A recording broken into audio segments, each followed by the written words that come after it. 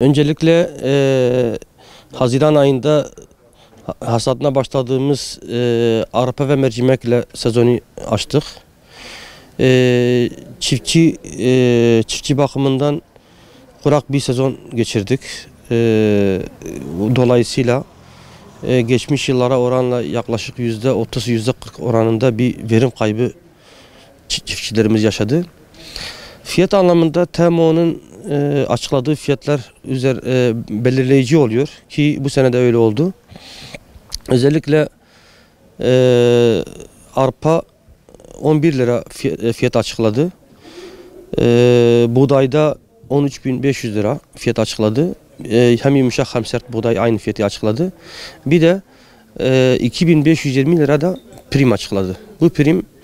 Bu primi nasıl değerlendiririz? Bu prim planlama desteği, sertifikalı tohum ve mazot gübre desteği olarak 3 kuralı yerine getiren çiftçilerimiz bu primi almaya hak kazanıyor. Şimdi çiftçilerimiz fiyat anlamında fiyattan memnun. Ama verim olarak da yani kötü bir sezon geçirdiler. Dolayısıyla karlı bir sezon geçirmediler. Devletimizden girdi fiyatlarının düşmesini, bu konuda desteklemelerini gerektiğini düşünüyoruz. Onun dışında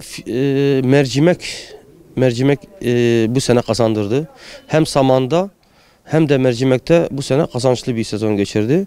Yine de onlar da verim kaybı yaşadılar ama diğer ürünlere baktığımız zaman yani şu anda 28 liradan açılış yapan mercimek şu anda 50 lira civarlarındadır. Arpa 11 liradan açılış yaptı. Arpa ofise gitmedi.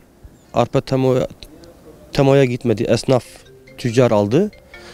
Bunlar da şu an için arpa 12.500 lira seviyelerinde. Mısır'a gelince Mısır'da şu an itibariyle yani hasat bitme seviyesinde 11.300 lira TMO'ya bir alım fiyatı açıkladı. Mısır'ın da yani büyük çoğunluğu TMO'ya gitti. Bir kısmı da piyasaya gitti ve şu an için o da bitme aşamasındadır.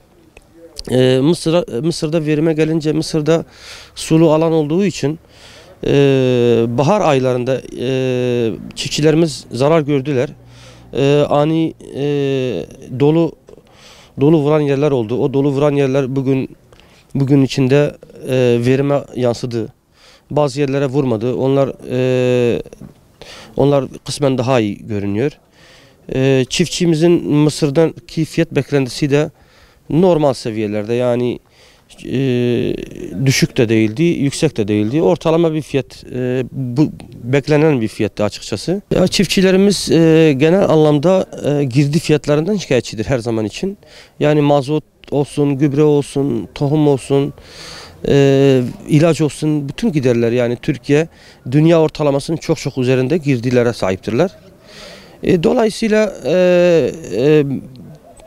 iklim olarak da iyi bir sezon geçirmiyorlar. Yani son zamanlarda kurak geçiyor. Yani yetkililerden sadece yakıt anlamında, gübre anlamında ÖTV ve KDV'ler muafiyet istiyoruz. Tarıma çok ihtiyacımız var.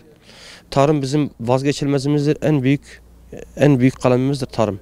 Ve tarım dışı istihdam da çok önemlidir.